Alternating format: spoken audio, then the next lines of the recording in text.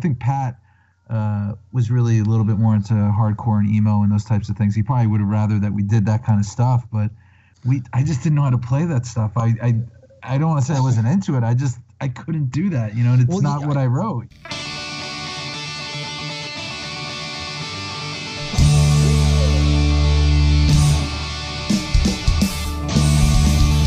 Welcome, everyone, to This Was the Scene, the podcast that takes a look back at the late 90s, early 2000s New Jersey punk rock scene. I am your host, Mike Doyle.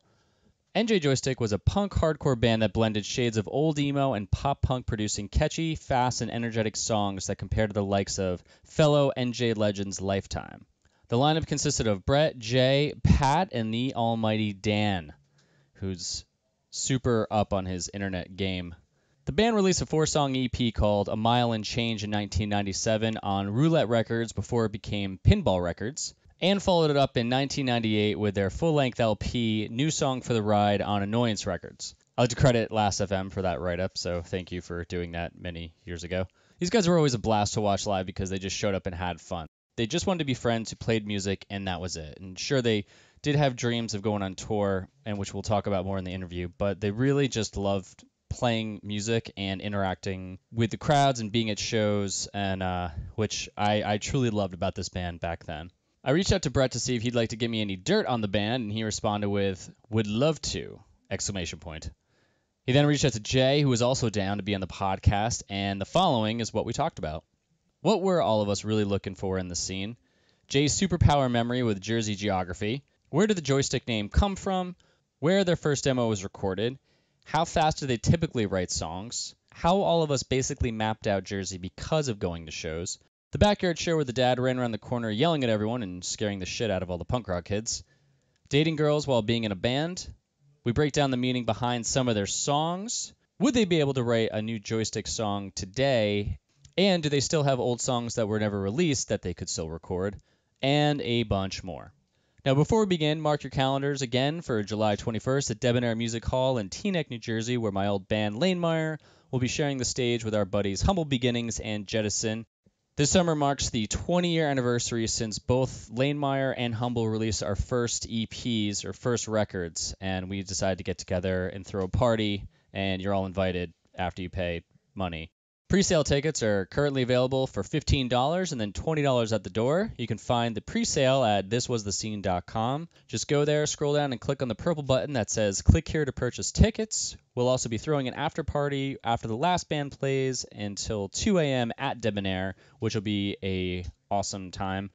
We did have a DJ for this that was going to spin some old school punk rock songs, but for whatever reason they had to bail. So we are looking for anyone. If you are interested, you can just email me at mike@drive80.com and let me know. We just basically want someone to show up, make a playlist, and play some old songs, preferably a lot of the Jersey songs, but even songs that influenced. That'd be awesome. As always, thank you again to the people who've donated to the podcast. It's always cool to wake up on Monday or Wednesday or Thursday with some random $5, $20 donation to this thing. If you'd like to donate as well, just go to thiswasthescene.com and send, again, whatever you'd like. As always, it helps me with the monthly fee to keep this thing live. I keep saying this every week, but I am in the process of designing the shirts. I will put them up soon, and I'll have them set up on a shop where you can buy one, and that'll also go to helping out support this podcast. Now, before we begin, another big shout out to Joe Polito, who I've mentioned many times in this podcast. I've even interviewed him in episode, I believe it was 11. I can't remember. But Joe is awesome. Joe put together this huge archive of all of these Jersey bands from back in the day. It's on njpparchives.com. So go check it out. And Joe, thanks again, man. You're always an awesome connection for me to reach out to and say, hey, man, do you have this song? And within minutes, he sends it to me, and I can always throw that into whatever the marketing is I'm doing for this podcast. So again, you're awesome. Thank you, and thank you. Feel free to subscribe, leave a review, and share this with anyone who you know would love some old school New Jersey pop punk nostalgia. With that said, let's get started. I remember it was a junior year of high school. I think it was a junior year of high school, and we were in the mall about a week before we went to high school started, and I saw one of those ball necklaces And I was like, oh man, I'm gonna buy one of those. So I buy it and I start wearing it, and I walk into school the first day, and I think I saw about 20 different people wearing one, and that was the last day that I ever wore that. Yeah. I took it off. I'm like, well, yeah, I'm not, because there were certain people in my class that I'm like, if that person's wearing it, then I'm fucking definitely not wearing this. Or it's just the changeover, as I say, of the punk as the delinquent to the punk that's all about like the vanity or something, because, and that just happened in general, but there's a certain point like, oh cool, I want to be like, I used to watch Gleaming the Cube or you see Suicidal Tendencies video on Headbangers Ball. You're like, I want to skate around and look cool and be a delinquent and bleach my hair. And then suddenly you go to like a show and it's like you got to have the perfect tight black shirt to go play New Brunswick and a tattoo and I don't know. I remember Gabe when right when at a Midtown show complimented my shoes. They're like New Balances. Like, oh, those are really cool. And I was just like, yeah. And I'm like, oh, now I got to be aware of what shoes I'm wearing. Because it made me want to wear them more. And I'm like, oh yeah. Then suddenly I'm like choosing an outfit to wear. Whereas like you're supposed to just roll up as like a dirt bag and play. Yeah, we used to get all of our clothes from the Salvation Army. A, because they were cheap, but B, because I'm so sensitive to brand new shirts that they were about 5 years worn, where they'd just be like air when you put them on. Oh yeah, they were so great. Cool. Well, I'm gonna jump into this, and sure. So I don't know if I'm gonna play that first part or not, but I am. Sorry, man, I just got a UPS delivery. Okay. Hey, I figured, I'm like, I don't hear Jason. Something's going on. I heard the buzz. Yeah, well, I saw a door tag, and then I was pissed because I had a bad experience with FedEx last week. I got 3 door tags. Anyways, long story, but this guy actually hooked me up, so that's cool. I'm back though. Good. Is that NJPP related? Yeah, we're so old. Just kidding. I think it's just old related. Like, oh, good, I got a discount. I got some coupons today. Yeah. Oh, yeah. I got socks. Cool. It's a different world. System worked. Best gift ever. Okay. All right. So let's start this shit, Mr. Brett and Jay. Joyce, I almost said pinball. Jesus, let me start again.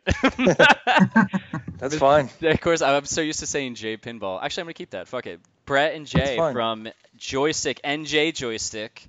Welcome. How's it going? How's it going? Going good. Where are you guys currently in this present day, 2018? Brooklyn, New York, and Williamsburg, land of hipsters, and all the jokes. I'm in New York as well, Manhattan in the city, and just chilling. Have you guys been there for a decent amount of time, or is this recent? I think I've been in New York maybe about 10 years or so, and Brett, you've probably been here a little bit longer, right? Yes, I got here in 2001, so yeah, I guess, I don't know, 17. Long time. What made the exodus from New Jersey?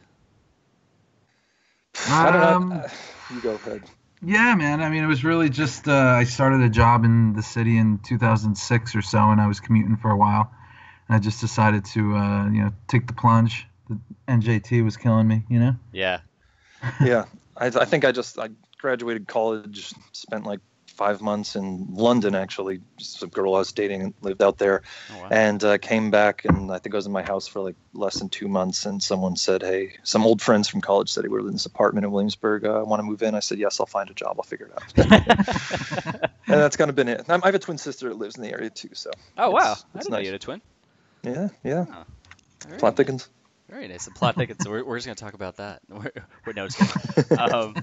Yeah, so this will be the second interview where I've had 2 band members from, on it. The other you did the boxcar one. Yeah. Right?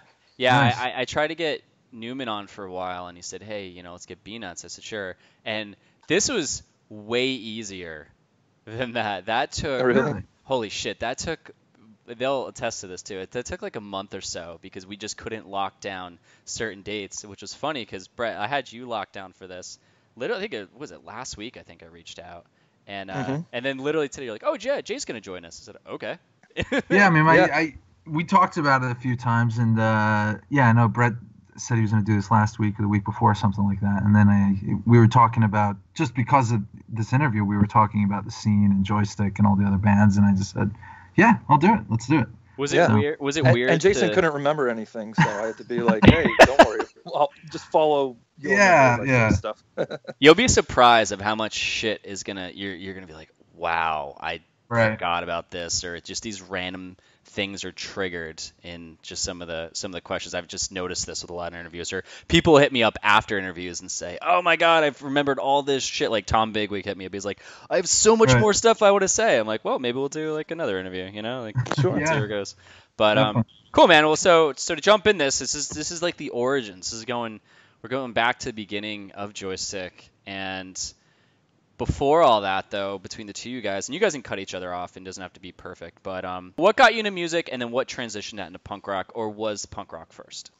Let me take the wheel for this for a second, Jason, sure, and then give me your version. Right.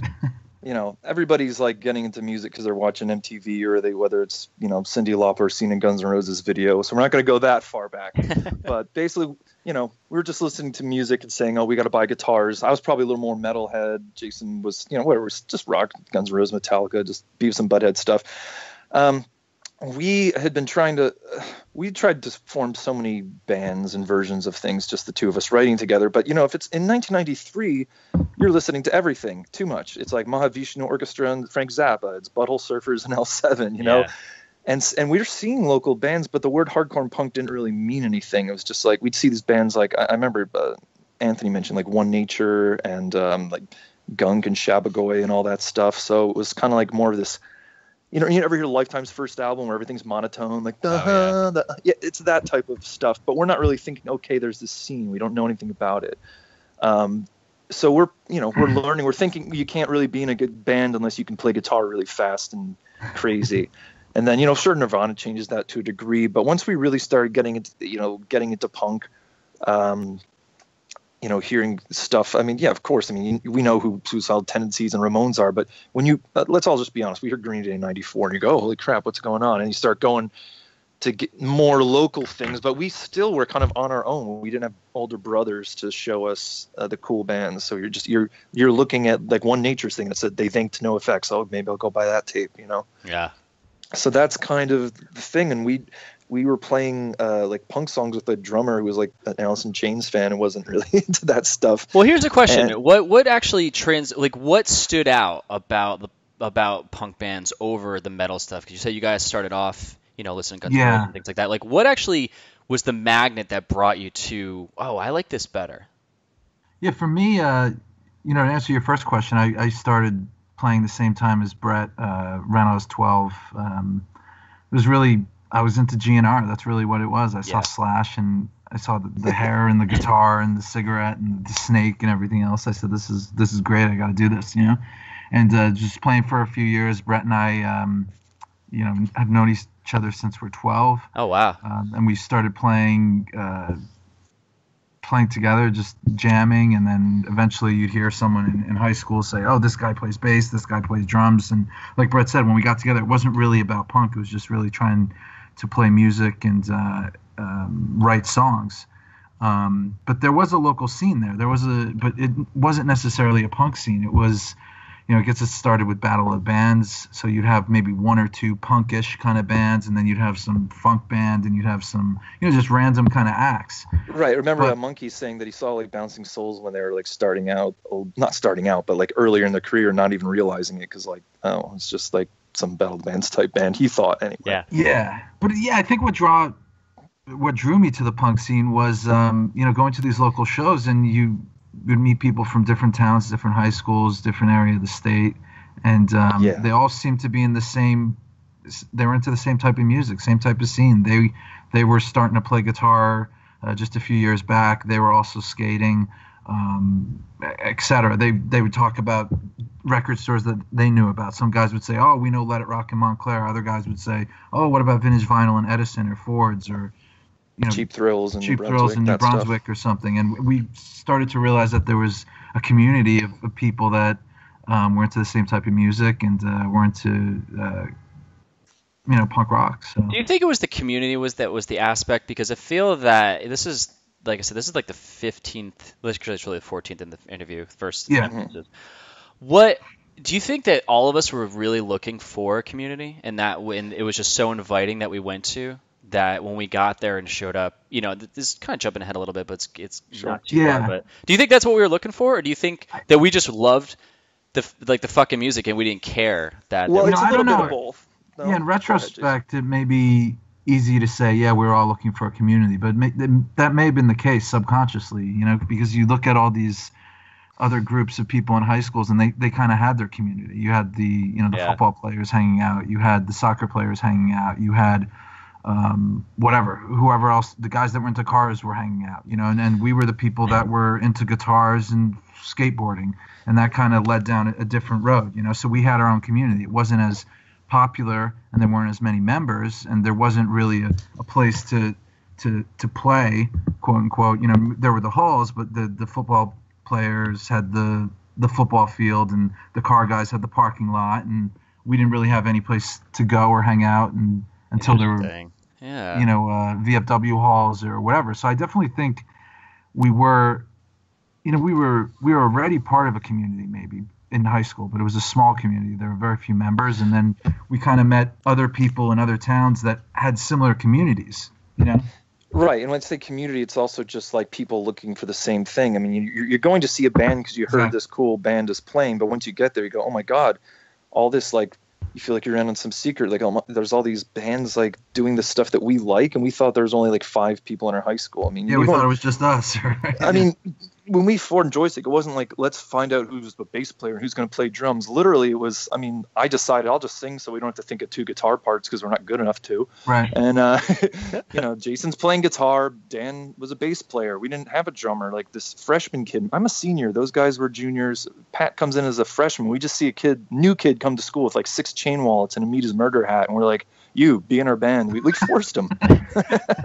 You look like you'll fit. And like hardcore or like, wow. He didn't even want to be in a pop punk band. We're like, yeah, well, you got a basement. We're coming over every day. So you're going to be in like the poppiest of pop punk bands. Well, when we started, we weren't thinking of that. We were like seeing, I was, Tom Petta's first band, Peep Show. I mean, we saw Peep Show and like Punch Buggy and Clincher and a lot of that stuff. We were kind of like, yeah, we'll do pop stuff like the Queers, but we'll also do this melodic hardcore. And then it just becomes like, there's a chemistry of people playing together where it was one thing, it's the easiest stuff to play. So it's fast to write and it's fun. And I think we also took a big cue from Bouncing Souls. That was a big band for us. It was like, okay, we heard Maniacal Laughter and that stuff sounded like it was recorded real fast and real, that made sense. Yeah. Did you guys actually start going to shows before you just threw the band together? Because it sounds like, because you guys met when you were 12, and then obviously there's this shit ton of years and things that happen to get you to liking the music and all that. Right. Did you was it after the whole Battle of the Bands things that you showed up at a show? I always ask, is it you showed up at a show? Like the first show I remember, I think it was like I said, the new prov stuff was big for us. We'd see my first show was maybe a One Nature or a Punch Buggy show, probably. But you showed up there before you had the band, though.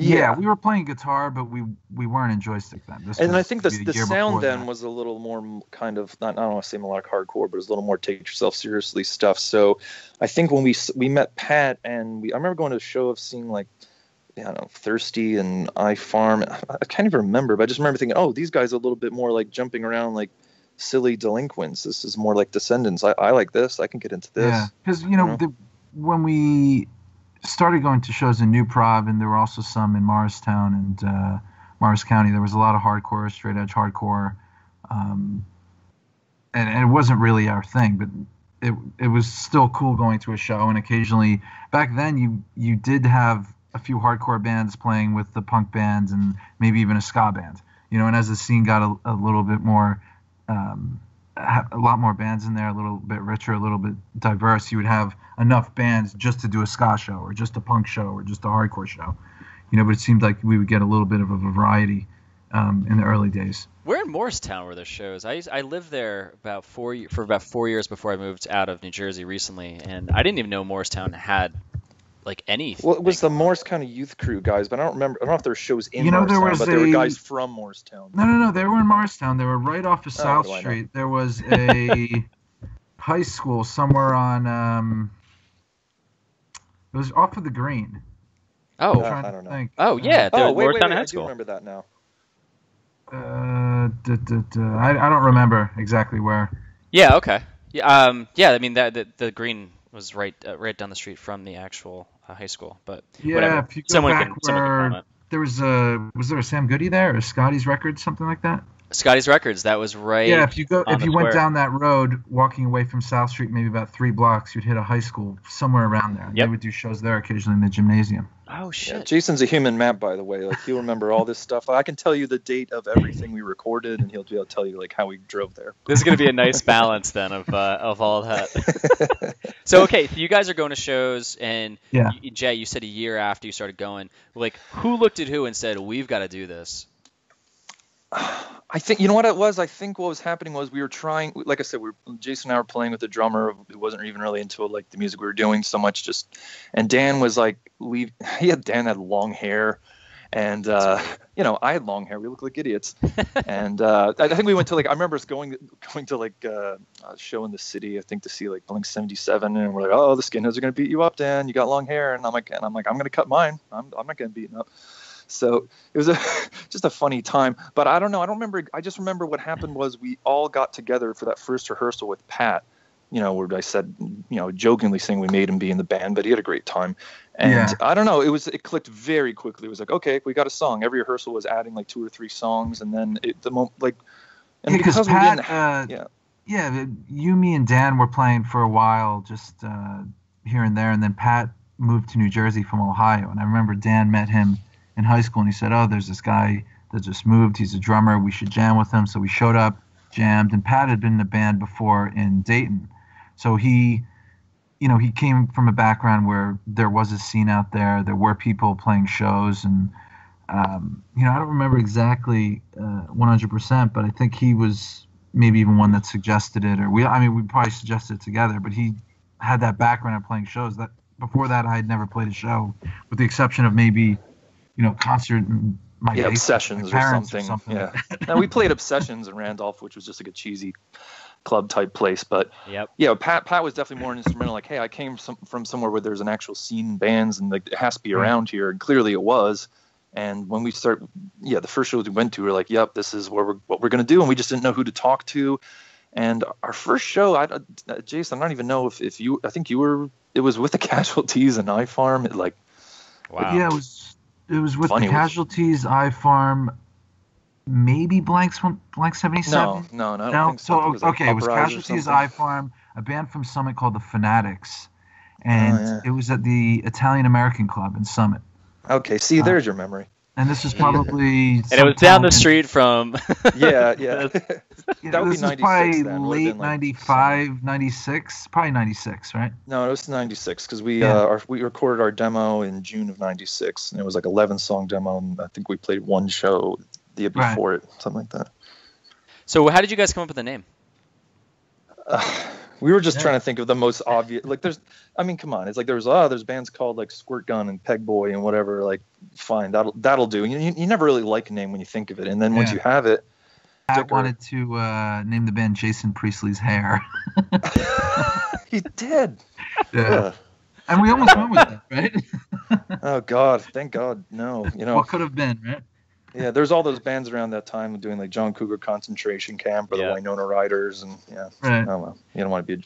Actually, super random. When I moved to LA, I moved to San Diego about 6 months before I moved, and I ended up meeting the drummer from the John Cougar concentration camp. He actually ended up playing in a band that I had started, out there. Like, I was talking to a buddy of mine, and I was like, man, I really getting the itch to really want to play again.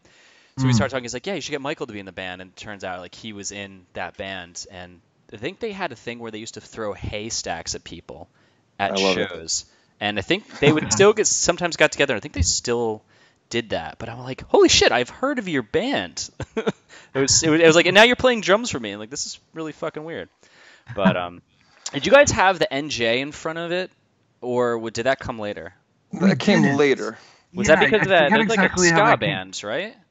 What do you say? Because I was looking up because I thought there was another Joystick band, and then today I'm looking up information. There was a ska band, or it still is a ska band called Joystick. There was a band. I don't know if it was the ska band, but there was a band called Whippersnapper in Georgia. They were kind of a Fat Wreck style band, and I think I bought their CD at Let It Rock or. They're on Lobster Records. Vintage vinyl, and I was really into them. And we were looking at the label, and we saw that there was another band called Joystick, and I think at some point we said, we got to distinguish ourselves. So I think this may have even been in. We talked to Jay Pinball about this. I don't really. Yeah, that was with Turn On. I think when we were doing the record, we were like, we Yeah. gotta put New Jersey or NJ or something in front of it. Yeah. That was pretty early on then.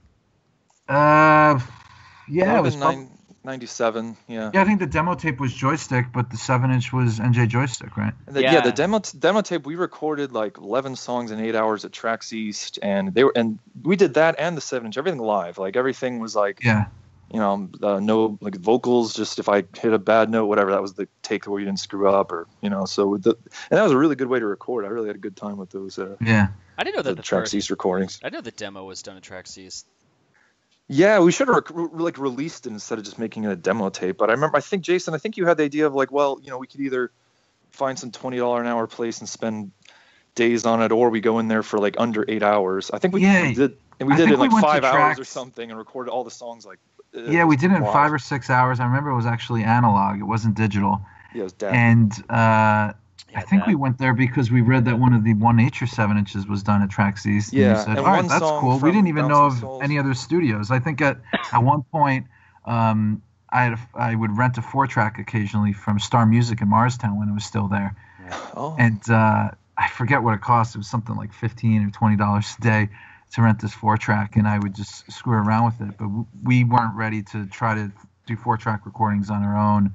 So we just looked at where local bands were recording, and One Nature, who we liked, they were recording there. So we said, sure, cool, That's funny. I was just the Penfolds interviews coming out this week, and I remember them. Yeah, they did their first recording, their 7-inch ad Tracks East as well. I didn't realize how many bands were actually recording there, because then Boxcar did their full length there. Yeah, that's great. Yeah, he's still doing awesome albums. But yeah, Steve Evans. And there's another guy there. I don't know his name. Was Steve the guy who recorded you guys? Yeah, Steve Evans did it. Yeah. What was it like recording with him? He was cool. He was, a great engineer. He's very laid back. I mean, he really, he knew we were young guys in there, and we. Sorry, God, lost you for a second. I'm back.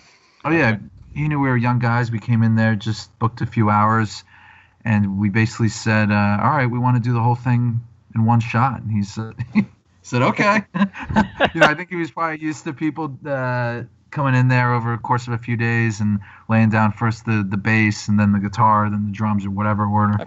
But we said, no, we're going to do it live. And he said, all right, let's do it. Which is funny because he's the guy who would make you tune after every song and make you sing until you hit it perfectly later on. He did tell us to do it, but he was good. He would just say, like, yeah, try that again. We had like one song we did on like the first take. He said, yeah, it's a keeper. And then another time we did, I think Long Time No See on the 7-inch was, I think we sang that like 20 times. I was like, oh, for God's sake. Yeah. Because it had all those like stops, like dank, dank, dank. And it was just I think it's also, he knew we just booked 5 or 6 hours, right? So he said, all right. Yeah, he's like, I got to get through this so I can get fucking paid. Get these guys the hell out of here. Who the hell are these guys? Yeah. So, Brett, I know you play bass now and you play guitar. Did you always play? It sounded like you did say that in the beginning you were a guitar player as well. Oh, yeah, I kind of picked it up even with the intent of, all right, well, I'll play in a band with Jason, so I'll play bass because he's playing guitar. And like I said, even the pre-joystick stuff, I would play bass and sing sometimes. Right. And then it was just so, we met down. I was like, oh, great, so he'll play bass and I'll just do the Descendants things. That'll be fun. How did you get into the whole singing thing? No one else wanted to that much, or maybe I don't know, or maybe Jason. I'm a horrible singer. Jason didn't even want to try. Oh no, he was already. He did he used to sing some songs, backing vocals and stuff. But it was just sort of like, all right, Brett sounds a little, I don't know. And it's funny when you start bands, you're thinking, I'm going to sound all cool and like this, and then when you have a melodic voice, everyone's like, oh yeah, you sound like Green Day. It's like, ah, shit. Because you're thinking you're writing this song that's going to sound like something completely different or whatever. But as long as you're up there going, well, they're going to be, as we know from a Notorious interview, like Billy Joel and Crack.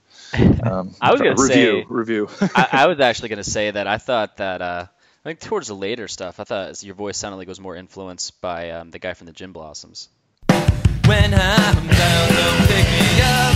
Rather stay stuck in my rut. Hanging up, not hanging out. 'Cause tomorrow we'll go out. Oh, wow. Wow. That's interesting. Yeah. Well, I would just have that voice where, like, if I push my, like, loudest and, like, top of my range, it still sounds that I'm just sort of like dialing, phoning it in. Well, like annoyance would be like, oh, you kind of sound like Smoking Popes or like Paul. Yeah. And I'm like, oh, all right, well, that's fine, I guess. Well, in the Steve, So that's cool. in the Steve LWL interview they just launched, we were talking about that. We talked about you guys for a minute. Actually, he talks about Dan a lot. He gives Dan a lot of credit for just getting him into music and all that stuff. And Dan's a motivator, man. That kid he's just like, let's do it, let's go. Yeah, I didn't really ever get a chance to know Dan, but it sounds like he was quite the just fucking. He was like super. Oh, you want to do this? Yeah, boom. Just do this. And but we were talking about your voice, and we were saying that it was like you sang, and I felt that a lot of people were pushing this gruff sound, and like you said, they were trying to sound like Billy Joe, or they were just trying to sound like Fat Mike or whatever, or just have this really gruff voice because you were just pushing it. But you you were actually trying, you were actually singing. Yeah, I think I didn't know how not to. I think on our demo, I think the demo recorded of like Stussy Crew, I'm trying to be like, blah, blah, blah. It's just, it's fine, but even trying to sound gravelly just doesn't work for me. I don't know how to like add that to my voice. So. Yeah, I forget which song it was. It starts off, it's like, when up, down, Oh God, yeah. Tugboat. Yeah, that's where I thought that you sounded a lot like the singer from the Gin Blossoms. Hey, that's all right, man. Yeah, I love that band. So I would have been insulted back then, but now I don't care. Yeah, Gin Blossoms were great until the guy who wrote all the songs killed himself, and then it was like, yeah, the rest of our albums suck. But that was dark. What was the first song you guys wrote? Do you remember? Well, shit. What was it? Stussy Crew, maybe? No, I think that was later because Pat had that. That was later? You and I actually had. I mean, I know personally that before we even started Joystick, I had like some of the "She Wants Me" stuff kind of written up. Oh, really? I think. And I don't. No, but "She Wants Me" was a Jesse Goodman thing. No, that was "Fuck Me for Who I Am." Oh yeah, right. "Fuck Me for Who I Am." Once in a while, like I'm the singer, but I don't write every lyrics. And they're like, all right, guys, we're gonna write the song called "Fuck Me for Who I Am." Brett, this is what you're gonna sing. I'm like, cool, all right. Who wrote the majority? And I feel bad. Oh, sorry, go on. You go. No. You were just asking me questions. You felt bad. It's better to have you talk more than me ask questions. So all right. I felt bad because and this actually I heard you just saying like about who writes stuff. When we first started, we were definitely more of a band. And I'm just gonna throw this out. We were, I went to college at the end of '96. I was a senior, and like Pat, the drummer's a freshman. Jason and Dan are juniors in high school, so they got to enjoy being in a cool punk band. Like I went from being a nobody in high school to being a nobody in like art school, where immediately I'm listening to the Smiths and all this other stuff and almost embarrassed at being in a pop punk band. And then I go back to like New Jersey, and it's like in like less than a year, like the whole scene got more teeny bopper in a way where it's like I go to visit them in high school and like everybody knows who I am, and I'm like, well, this is weird. Wow. Right. And but with writing, sorry to answer your question. No, definitely answer it. Is it was really, me and Jason did most of it, but when we started out, it was a lot more like, all right, we got a riff, let's write around it, or I got this part. And unfortunately, just because of the distance, it became a lot more of, okay, I come home. You had a college. few songs with you, or or like, hey, we were practicing. Right? Yeah, you guys had practiced the song, like Jay filling in, singing, and then I would come in and like, okay, here's the lyrics. We're playing it tonight, by the way, in an hour. Or I'd be like, all right, I wrote this thing on, show Jason on like some chords. I get something like that, get it close, and I'll make up some lyrics. I think in the beginning and even in the middle, we wrote these songs sometimes just even in a few minutes. And I would come to practice and say, oh, I have this one riff. And you'd say, that's great, let's do that. And then this. And, we'd write the whole song in maybe 15 or 20 minutes. And yeah, if you notice, most of our songs only have one verse that's repeated twice because they're always unfinished. And then we're like, well, I guess that's the song. Yeah, there are times even when we said, all right, we're playing a show tomorrow. We only have, say, 7 songs. Shit, we need 2 more. Let's write something. Yeah. And even that song Home Again, like, has a really fast part where I just, I literally say, this is a really fast part of the song, or make up all the words that go along and hoping that as soon as I'm writing and things to say, stop. And it's just like, we got to yell something at a fast part, and, that's what you do. Yeah, I mean, getting back to the community thing, I mean, we were really into punk rock music and playing guitar, but we also really looked forward to going to those shows. I know I did, and Pat and Brett and Dan did. Yeah, you went to see the whole thing. You didn't even care who was playing sometimes. Yeah, it was let's see everybody. The Friday night or the Saturday night show, you went there to again, this was before everyone had cell phones, right? So this was the time when you got to see people that you didn't see in a few weeks, or you say, oh, that's great. How was that show down in wherever, Rockaway, or how was that show last week in Manville? So there was really, again, the community, and there was a scene, and you got to, beyond playing music and hearing your friends play, and getting to hear their tapes and CDs and whatnot. And it was just a cool. It was nice to see people from the scene and people that were into the same type of music and the same type of thing. Right, and their kids in other towns and everything. That's amazing. Yeah. You get to leave your stupid town with all the people that you didn't like in your high school or whatever, and go somewhere else and have. And it's not just you could do that at a coffee shop in another town. I mean, obviously, there's still like this sense of a voice for the youth, your creativity, your sense of like meeting people. You're kind of like you're feeling like you're against, I don't want to say like some oppression, whatever. You're just some white kid sitting in the suburbs, but it's like you have some like sense of people that like, I don't know, maybe are looking into like, you're not just taking everything that every mainstream movie or news source type of thing. You're learning about a lot of, you are getting a little indoctrinated into maybe some, I don't know, some people go like super free Mumia, and other kids just, are eating at McDonald's and don't care about the politics. But it's a very good thing, I think, for and it's for growing up.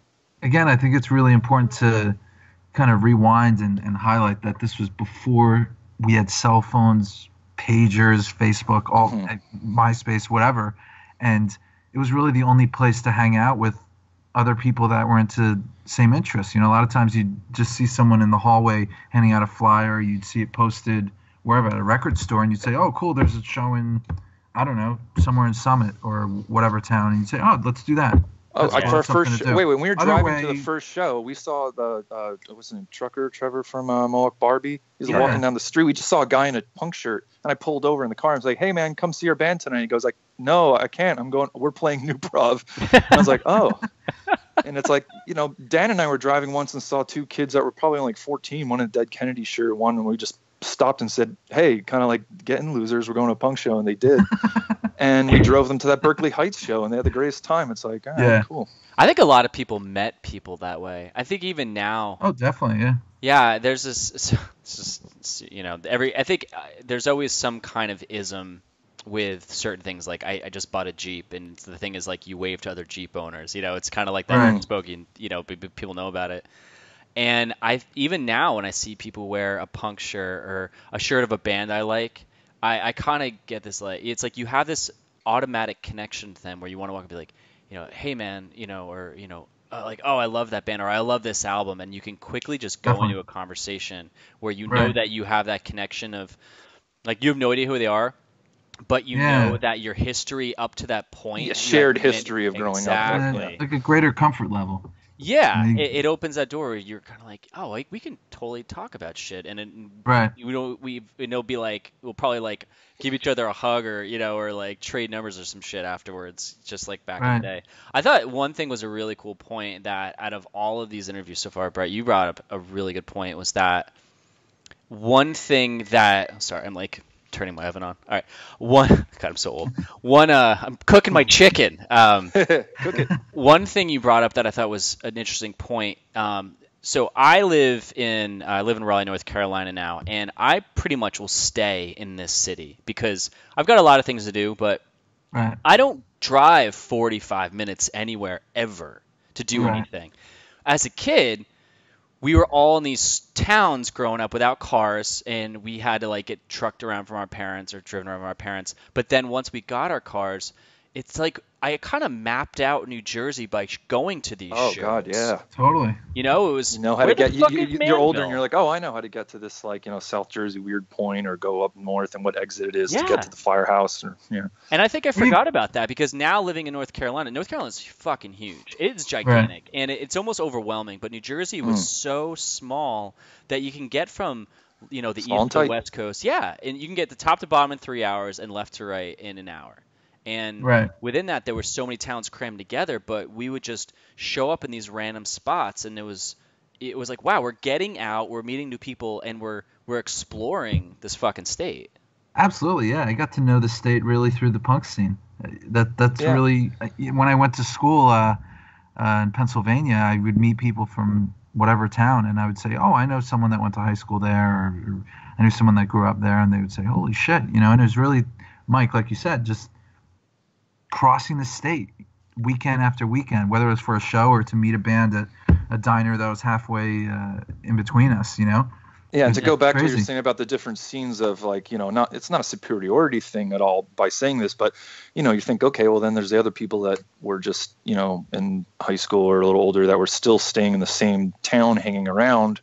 So it did feel kind of cool to be able to say, you know, this is what I'm doing, like driving around to play and perform in front of people and meet friends and make connections all over the place. And Right. that was pretty amazing experience. And I regret not like doing that a little younger. I know a lot of people got into punk bands like 15 or doing that, or like going on tour at 17. And you know, I think my fault more than anything is just limiting the fact that I was in college, so we had to play mostly in the summer, and then I would, you know, come back from Connecticut a couple, you know, at least 3 or 4 times for shows in like the winter. But What was the did you guys ever tour? No, Really? No. not really. Sad. I mean, sad. Why are you even interviewing us? We're not a real band. Yeah, I think we were You know, probably one of the Well, only that's it. bands We're done. that didn't have a Fuck van. that, posers. Yeah. Yeah, because we get up to, like, you know, Ithaca and like going to Pennsylvania, a few things. But yeah, no, it just never. There was always a plan. But yeah, it was. But the problem, like I said, it I started feel off like when so we started, well. bands weren't really even touring, and so I mean, a lot of the local bands weren't touring. No, It when we were started out- hanging out with like Humble and Nowhere Fast and all those guys, they were usually had. Yeah, some, I think Norafest may have toured. I mean, but again, it started like it was more just a local thing. We were doing it for fun in high school, and we didn't. You know, I remember bands would say, "Oh, we're going on tour. We're going to the West Coast, or we're going down south." Or I said, "Wow, holy shit!" Right? Yeah. But we never got around to it just because, Brett, like you said, like you were at school or.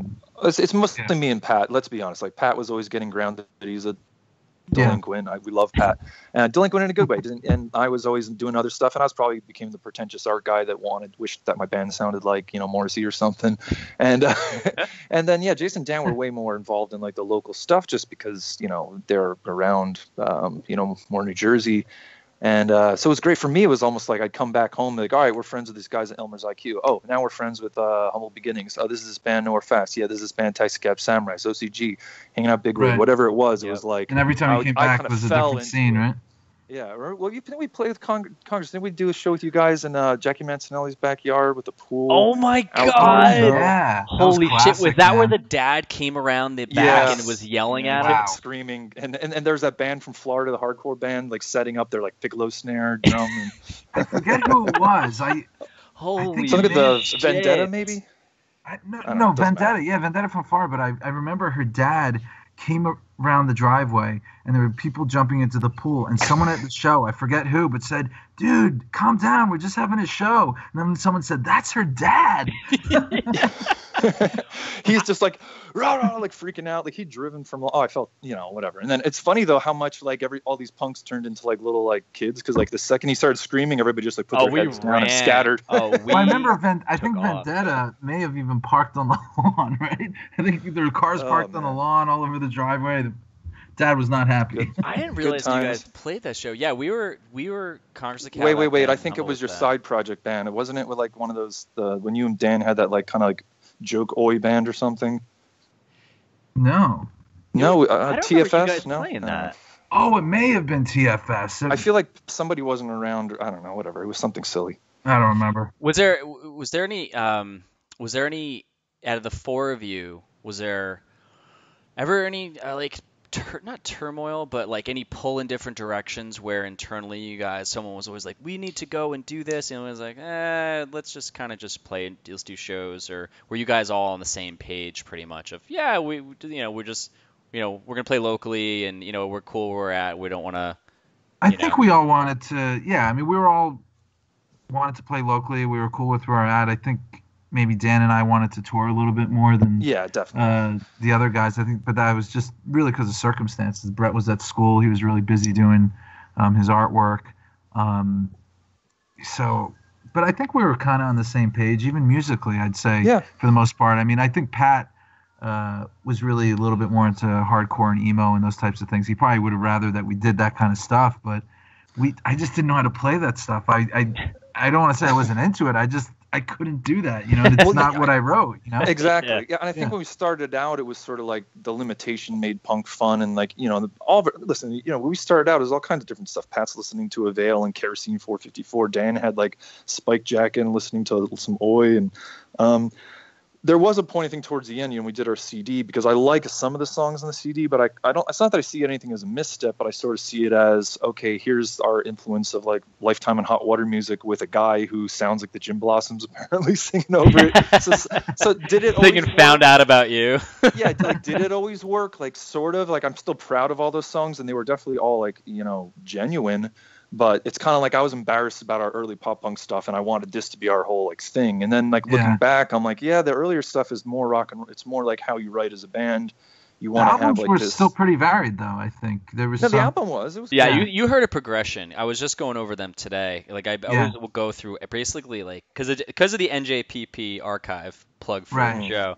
I always, the day of the interview, I go back and listen to all these songs, and I literally got thrown back in time listening to your guys' stuff, because I'm like, oh my god, I remember this, or I remember that we always loved this part of that song. And I'm gonna talk about the song a little bit too, but I don't really know where I was going at, but yeah, but you heard the transition, you heard the earlier stuff was rough, and then you heard this progression though, like all the way up to the Tugboat and Nowhere Fast, which they were released as the last part. Like, was the 7-inch the last thing you guys did, or the full length?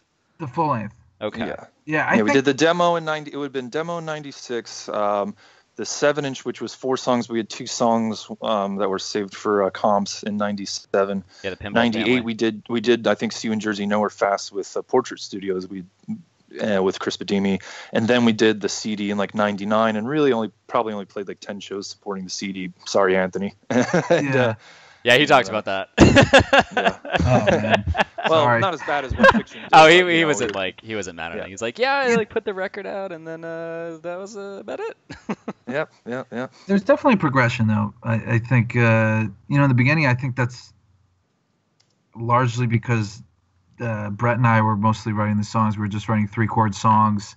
For example, with the demo tape, 3-chord songs, throwing some lyrics to it, and that's it. And I think once we got a little bit more serious, and we were playing a little bit longer, that's when Pat and Dan definitely got a lot more involved, and it was really a more collaborative process. And we'd sit there writing, like Brett said a half hour ago in the interview. Sometimes he would just show up from college, and say, "Oh, here's a few riffs," or I would show up with a few riffs, or Dan would show up with a few riffs, and we were kind of all writing this stuff independently. But I think as time went on, we were really sitting there, and we were spending more than 10 minutes on a song. It's more collaborative, and even when we were in the studio doing stuff, there were even last minute changes.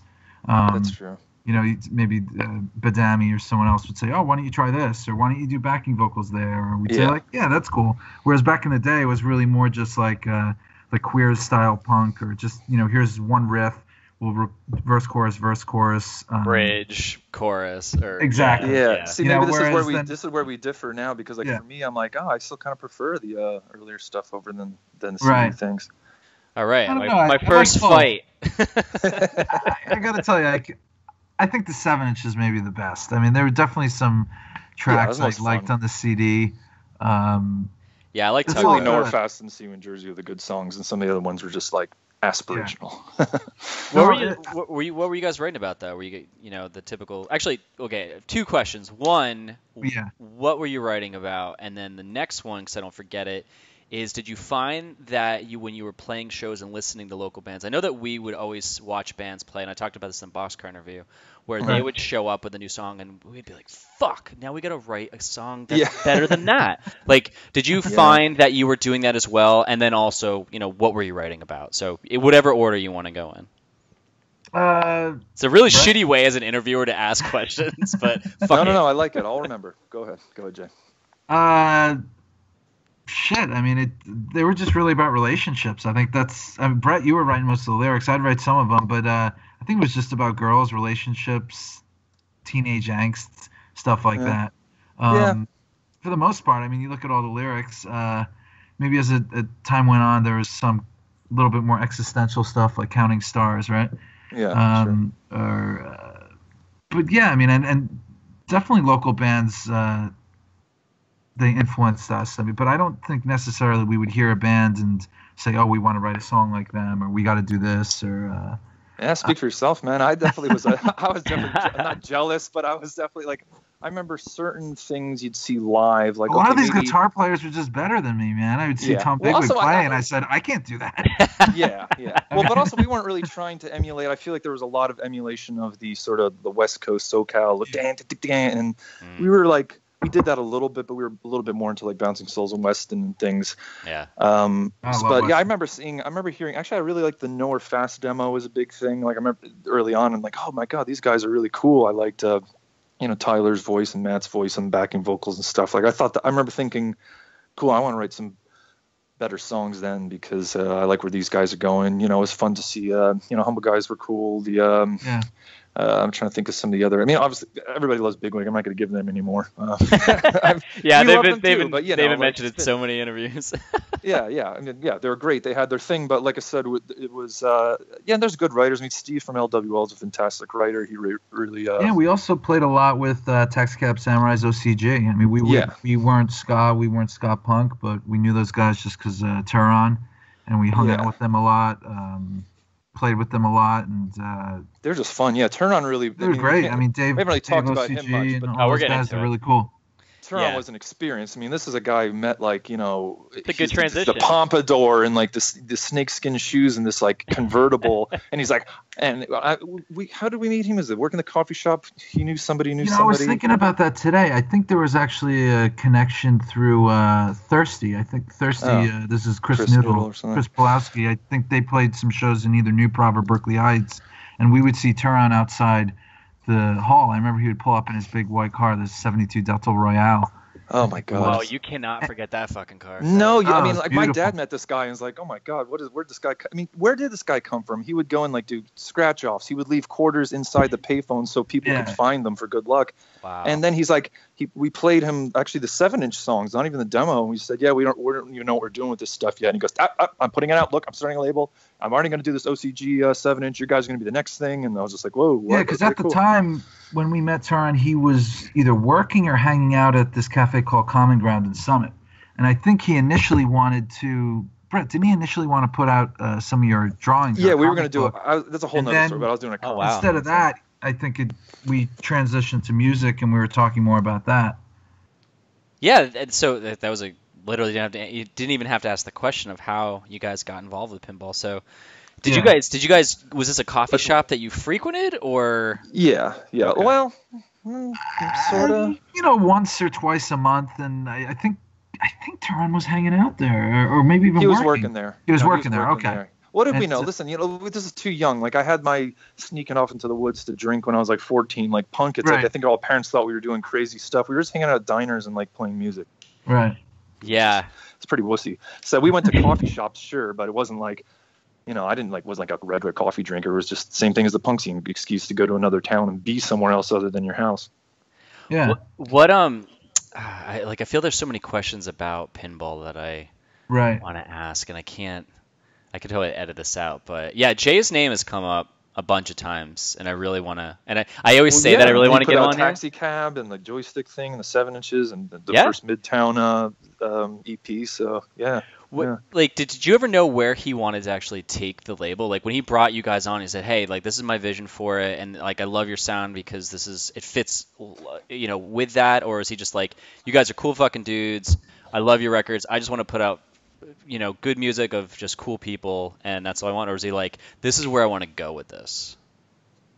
He had a vision. I'll put it to you this way: he had a vision in a way that he's just an excited, like, this is what we're doing. I'm going to have this label. This is going to be a big, he's very like big, like, I don't know. I can't say he was that'd be an insult.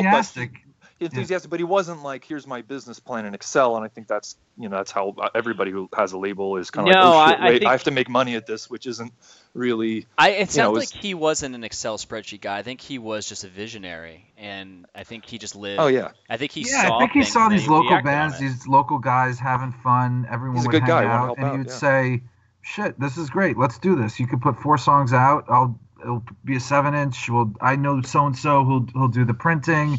You can record it here. it's going to be great. You could play shows here, and he was just very supportive and positive. Yeah, and, he puts the things together. He sees talent, like me, the comic books. Okay, you got your drawing. Someone needs to put it out. Why not? It might as well be me. Then he goes, "This is your band?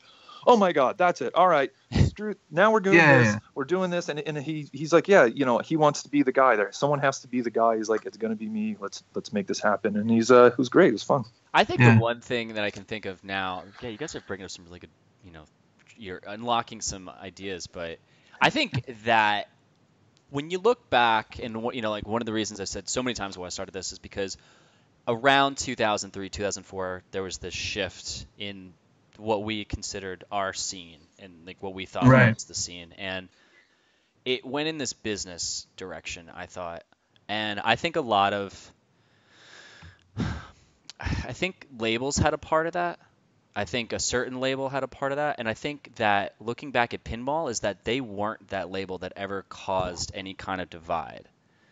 I think and I could be wrong, and people listening could be wrong, but I felt that they never brought this turmoil to what we had. But later on, other labels came in and kind of had a bit more, we can do this for you, and it made the local bands go, oh, now we can actually, we're gonna go in this direction. And I think that caused shit to be a little bit skewed later on.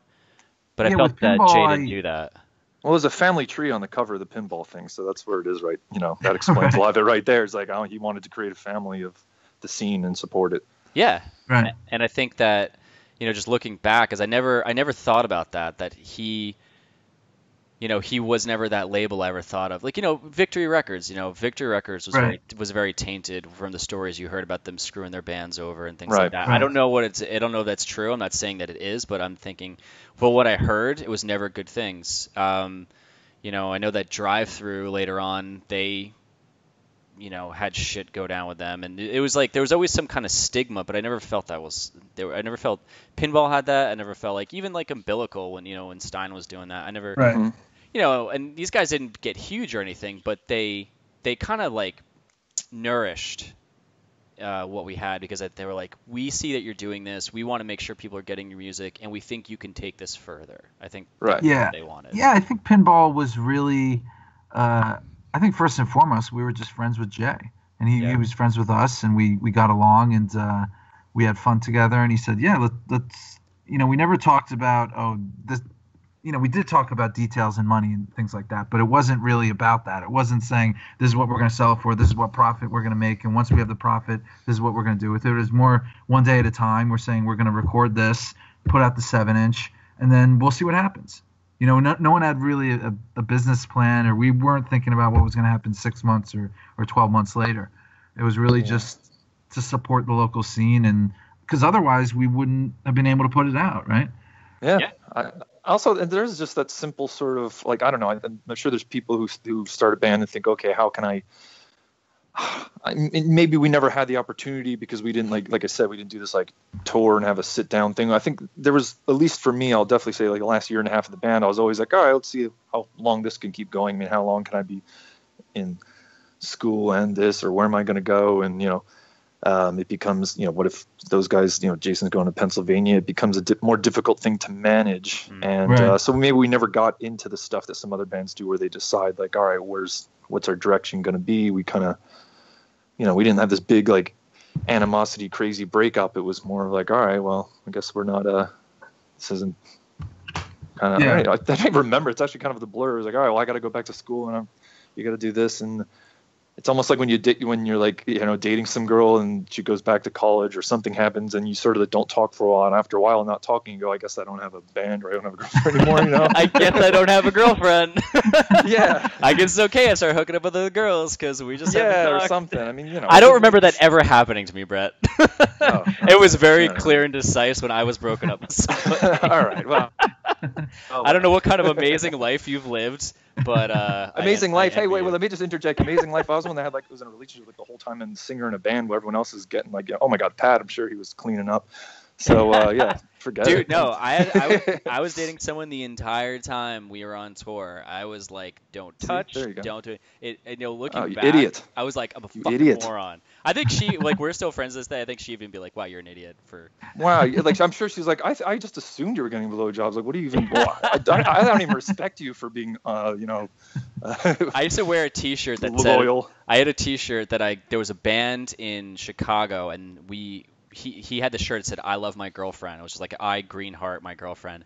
And Oh, boy. I was like, oh, I want that shirt. So I had my fucking love it. I had my Nooner shirt, the red Nooner shirt. Oh, Nooner, I remember And we that. traded shirts at the show, and I always wore this. And I remember my buddy later on, he was like, "You're a fucking idiot for wearing that. You have so many opportunities right now on the road." I was like, "Yeah, but I'm a good boyfriend." And fucking moron. Yeah.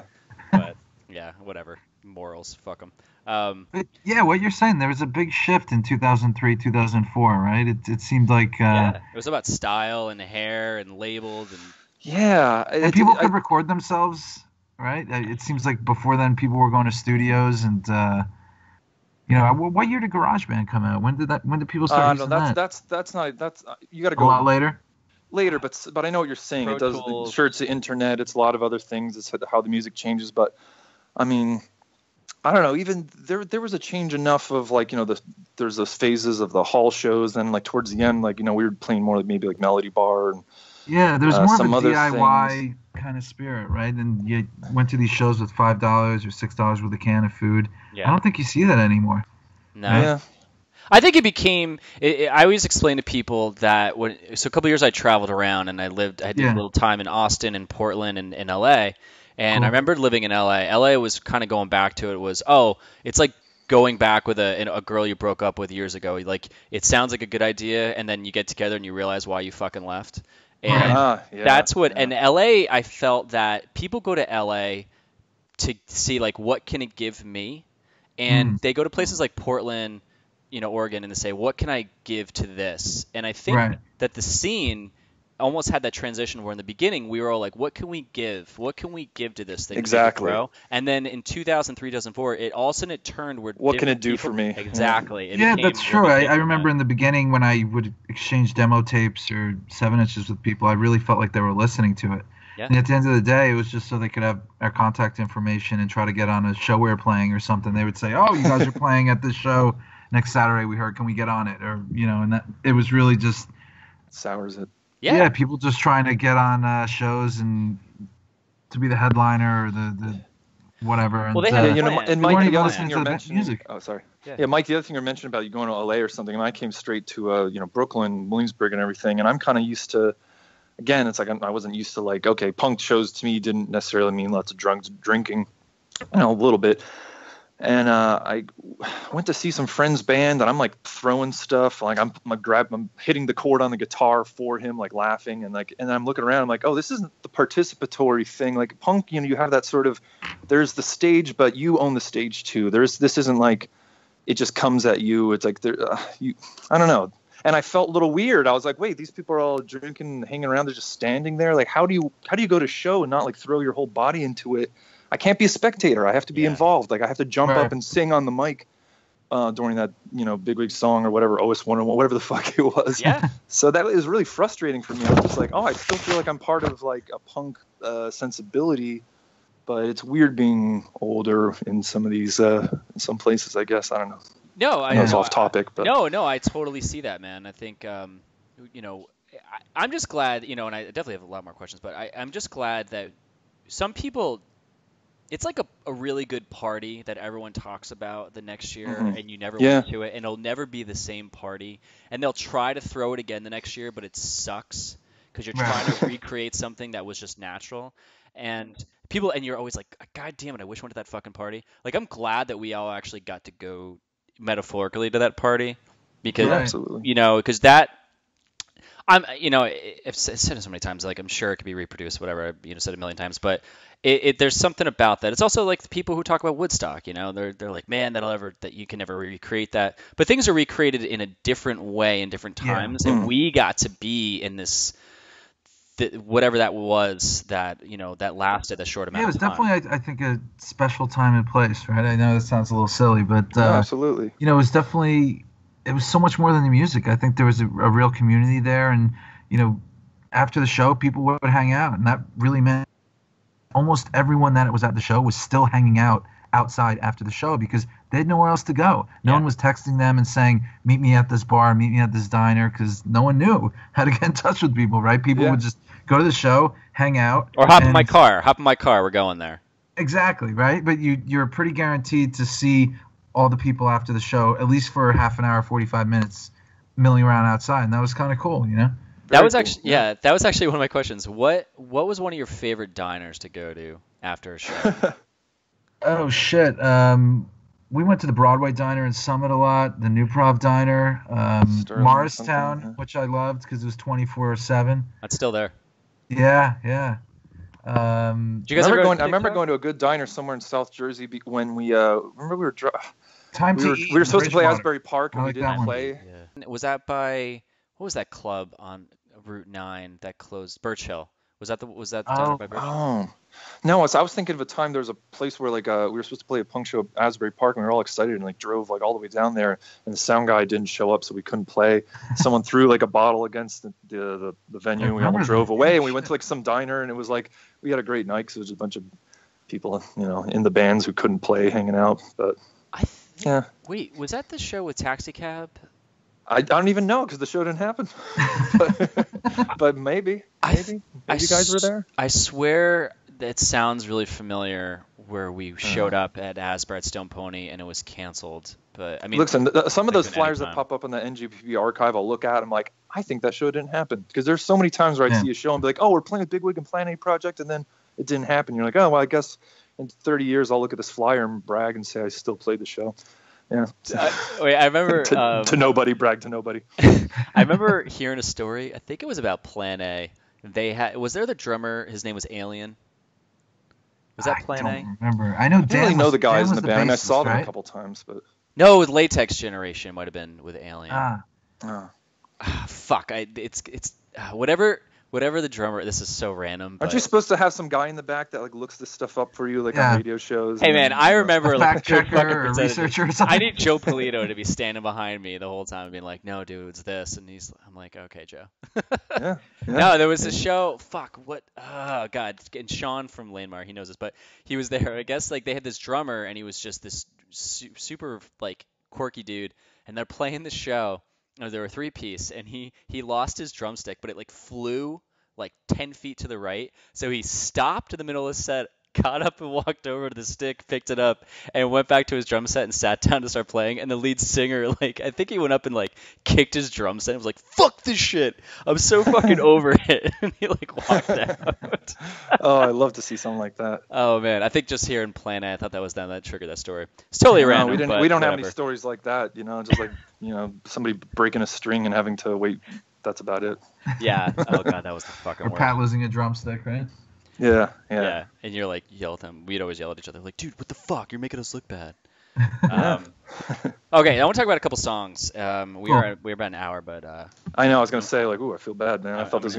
Jason's like, how are you gonna talk for 45 minutes? I'm like, Dad, I have a feeling this is a little longer. So yeah, sorry. It's cut some stuff out, please do. No, I keep everything, dude. I trim some stuff, but this is it. All right, okay, this is the first time I've done this. I thought of this today. Sure. So let's talk about a couple songs. Cool. So, who was in the actual Stussy crew? Oh boy. Oh man. It was you'll take this. Let me first say this was a song that most of the lyrics were actually written by Pat. I think the only time he wrote really lyrics for us, and he was like, "Oh, the song called Stussy Crew," just kind of making fun of the sort of more not snowboard jock, but just whatever some guys that whatever. You guys, Jason, you'll take that description better than I will.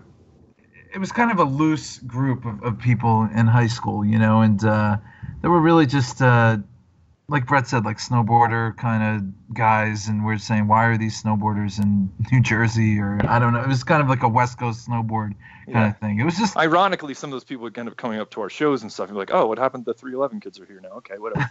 Well, I thought the funny thing about it is that we all had a Stussy crew, and awesome. Right. We'd always be like, oh man, they're talking about those fucking assholes in high school that we know about, but I wondered if there was a specific. I think it was just like it sounds like it was just a generalization that I think a lot of people hearing that song knew exactly what you're talking about. Yeah, and also I got to say that this is again my fault and how fast we go through stuff.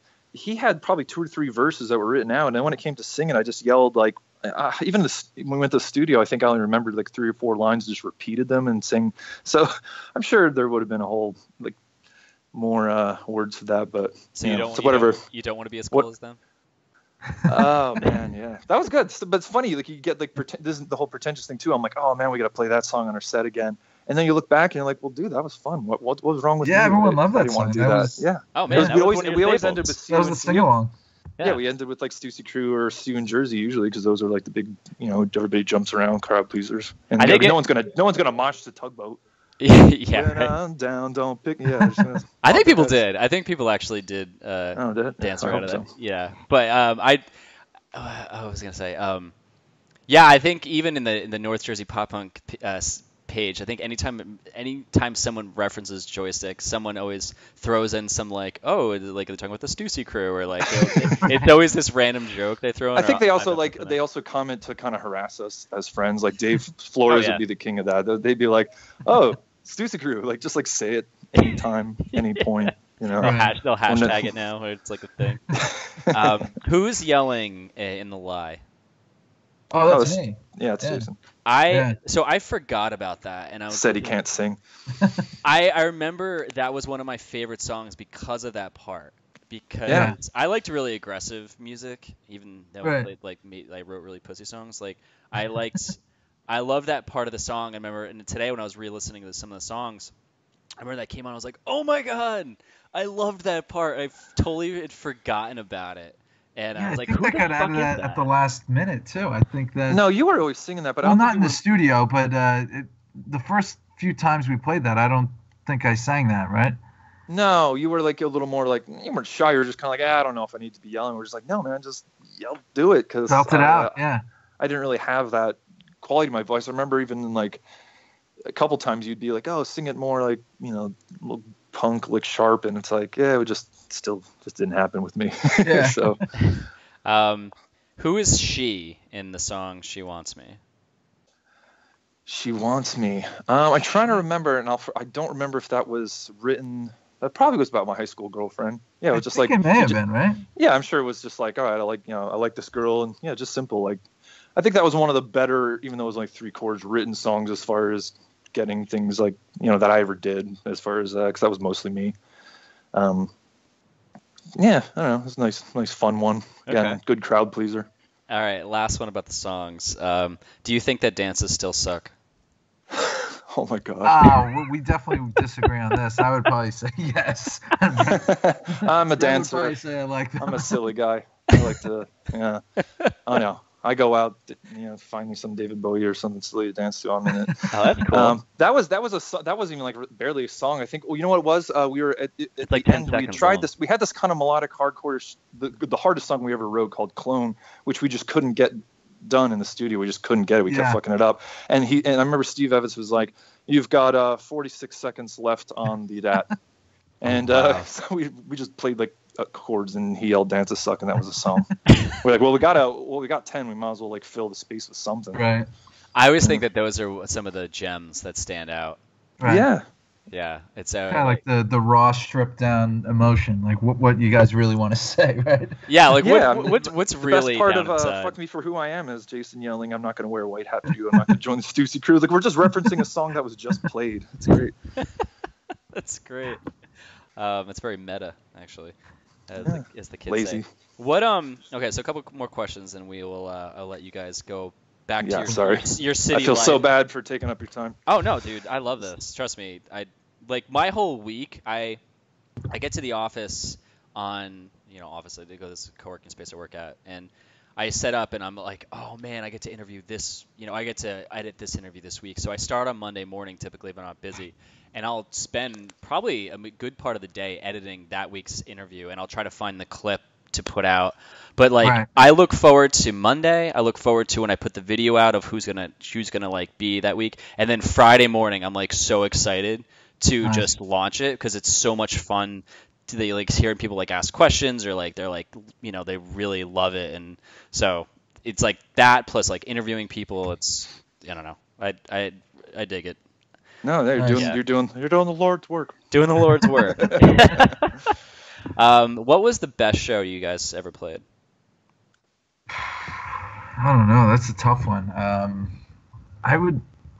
Brett, do you want to go with this? What do you think? So yeah, this is a hard one to remember. There's a couple that I remember having a lot of fun at, and like I said, there was one I think that even that Dan Bennett had I think he has a video of this and like New Prov, because we hadn't played New Providence in like a year, and this was like probably like late 98, maybe even 99. No, I don't know. And I just remember kind of an all our friends were there type of thing where we had like a longer set. Usually we get cut off after like 9 songs. Our songs are like 2 minutes anyway, but still we paid like a good dozen. And just had a good time, and like Taxi Cab were there. There's been what was that? Was that Maplewood that had the big church? That was Milburn. Milburn. Yeah, that was those I remember having. Yeah, I remember those with like OCG and Bigwig and a bunch of bands. I remember having those were like the ones where like holy crap, like because sometimes you play to 20 people and it feels like a whole room because it's small, and those and you'd be like Jesus Christ, there's like a few hundred kids here. This is nuts. There were a lot of. It's hard for me to say one show, to be honest, but there were a lot, and there were also a lot of kind of eras. I feel of Joystick. We used to play New Prov a lot, and then we, met Turon, and then we hung out with Taxi Cab, OCG, and Bigwig, Humble, etc. But I think a really fun time for me, and I think we probably only played a few shows there, was the West Orange shows. Yeah. This was with Bigwig would play every now and then. Humble, Ryan Duffy was around. It was just a lot of good energy, and it was kind of a tiny little hall. I really liked the parking lot. About that place. It's just everything about that place was cool. This is the best part. I really like the parking lot because that's a whole thing. We hung out there and smoked cigarettes. That's everybody has to be blasting like the song that the Punk album that they got like as they pull in. Yeah, dude. That was the thing. You'd be pulling in, like someone would be cranking. Yeah. Turn off that Janet Jackson tape. Put in this Boll Weevils. Whatever. Quick, put on fucking A Merry Melodies or some other punk album. Because you wanted that. You wanted to hear like the guys in the band show up with like Yeah. You had to. It was part of it. I've got my cred, man. But maybe one of the big shows was one of the Milburn ones. I think that was probably one of the better shows, just because there were, I think, probably a few hundred people there. It seemed like 250 or 300 people. Maybe I'm exaggerating. I don't know, but it seemed like a lot. And also, I will say for us, our first show was really good because it was this. We didn't have any expectations, and it was like, a little bit more intimidating. Okay, some Casualties bands, some iFarm, some of these bands really like, and we were just like shoved in the beginning, and there weren't that many people there, but it was like such a good. That first show feeling was really good. Yeah. For me. I'm sure for all you guys. Do you remember the first show that you played where people actually started moving around for the first time? It was probably in New Prov. It was definitely a New Prov show, and it was not necessarily because of us, but it was because of Elmer's IQ, because those guys were from New Providence, and they had a lot of friends around there. And no, but for you. Like they moved around for you guys. But after, I think at those same shows they said, "Oh, these next guys that are following up Elmer's IQ or playing before them, they're friends and people liked us as well." So I think it was probably the New Prov shows. It seems like back then, Brent, it seems like a lot of people danced at those shows, right? I think they did. I mean, it's hard. My memory's a little off, and like I said, I always felt like people were dancing more for the other bands than us because we weren't as. No, it's true. We weren't as fast, and like and then I had to be like, well, but then I felt like a lot of people would come up and say, "Oh, I actually listened to your demo, and that made me feel good." Yeah. Because a lot of our stuff, I think we had maybe a little more. We were fast, but the fast parts didn't last as long, or there'd be too many mid-tempo songs that people are bopping their heads. So, then I remember something with that, and then like maybe Humble or some other band would come on after us, and most songs were like, do-dak. We didn't have a lot of the fat rough beat going as often, so I'd be like, oh man, they're really jumping around for them. I like that though. I like that you guys didn't have. You guys just stuck with your own thing, and because you guys had catchy songs, and it was different. Because a lot of bands, we're going faster, and then you guys were like, yeah, we're gonna just kind of not do that. I don't think we could. Also, I don't think we could have convinced Pat to go do that beat. Yeah, he would have not been into the fat. He was a really good drummer, and then he did come from a little bit of other influences. Yeah, he was into Veil. And, that happens with drummers, though, right? I mean, the Humble drummer wasn't as into like No, he was in a Blank Pop punk. 77 and stuff like that. Yeah, Oh, like, really? it's, Yeah. This is Chris. drummers are in Delvecchio? demand. Yeah, DeVecchio, yeah. Yeah, he's a cool guy. Yeah, Chris was funny. He was very very particular. He was very like structured. Yeah. And I forget what interview I was talking about, where kids would literally just sit behind him and watch his foot. Because it was so fucking He was a sick drummer, though. I mean, it seemed like he could play for hours and hours without getting tired, right? Oh yeah. Yeah, that's going to be interesting at the reunion show in July. It's going to be. I know you guys are playing. Oh my god, Humble's playing the whole thing. I mean, it's a Gabeless Humble, obviously. Yeah. But It's still. they were saying we tried to get Gabe actually. There was talk of it trying to get. Oh please. Oh yeah. No, Good this was 2009 when we did the last reunion show with those guys, and Jeremy was actually, he's like, yeah, I think I'm gonna try to ask Gabe. I was like, shit, man, that'd be wild if that could happen. It didn't, but yeah, that's definitely not something that I think was brought up. I mean, I would be like, damn, it'd be interesting, you know. Yeah. Yeah, if that would happen. But yeah, I started doing like more working out just because I'm like, man, I got to keep it up for fucking 45 minutes to an hour, and I'm pushing 40 now. It's like fuck. Yeah, that's like I gotta give that's it all. man. That's fun though. So because you got Steve, well not LWL, but Jettison, Humble, and you guys. That's gonna be cool. Yeah, it's gonna be a fun show. There's an after party too. Oh. Nice. Yeah, we had a DJ planned and he backed out, so we're actually looking for someone to DJ. So. An after party that's not at a diner, right? Yeah, no, it's gonna be at the bar. It's gonna be such an old. Somebody's got to have like a whole basement man cave that looks like a diner, just so like punks can hang out there and eat fries and coffee and not pay for anything. I'm making shirts right now for this just to sell, and it's like a picture of a diner. It's a diner sign that says this was a scene, but it says 20 waters and a side of fries. Like, Oh. Your $2 tip for the whole, yeah, and 25 people. Here's $1 for us taking your table for 3 hours as we smoke cigarettes. Those poor people. If you guys could go back and record a new record, what studio would you pick? Probably, If this was back then, like literally it was back then, not now. Brett, what do you think? Well, you're asking the wrong person. Like I said, I played in some bands recently that's a little more like kind of, I don't know, Cure post-punk type of thing where you go in and you tinker with delay trails and make sure they match up and all that stuff. I'm not a biggest fan of that. I kind of like the idea of the peel session thing almost, where you go in, if you're a good band, you just record how you sound. Yeah. In the place with good mics and stuff, of course. So I enjoyed that Trax East experience of kind of running in and doing it quickly, because I feel like you capture the band more. But that's right. just me. I'm sure maybe Dan or Pat would say something different. No, it's an answer. It's I mean, I don't even know what studio I would go back to. I don't know too many studios. Fred, I was going to say I would let you record us because you do good shit. I think we'd probably end up doing something more DIY. I think that's. I mean, I don't know. That's the weird thing. It's like you can record stuff yourself so well now, but the temptation is to like, well, what if I compress this? What if I put a reverb at this part where it's like, I do like the idea of just letting somebody who knows how to get a good sound out of people. Like, sure, the Track C stuff was dry and quick, but he was still mixed it well. I mean, I could feel when I listened to like the 7-inch, like the Dan's bass, like bring dings like through nice and sharp, and I can hear everything. And I don't know, I don't know what, but we don't know enough studios to be honest with you. I think I thought of that one because Track Cease was such a big name back then. But I think that was it. Like nowadays, there's a lot more. I think in like Salad Days, that was a big. That's where like Cave In, I think, did a lot of recording. But that stuff came a little bit in the early 2000s, where studios. What was that guy, Chris Pierce from? Was he from Doc Hopper? Is that the Doc Hopper? Name? Yeah.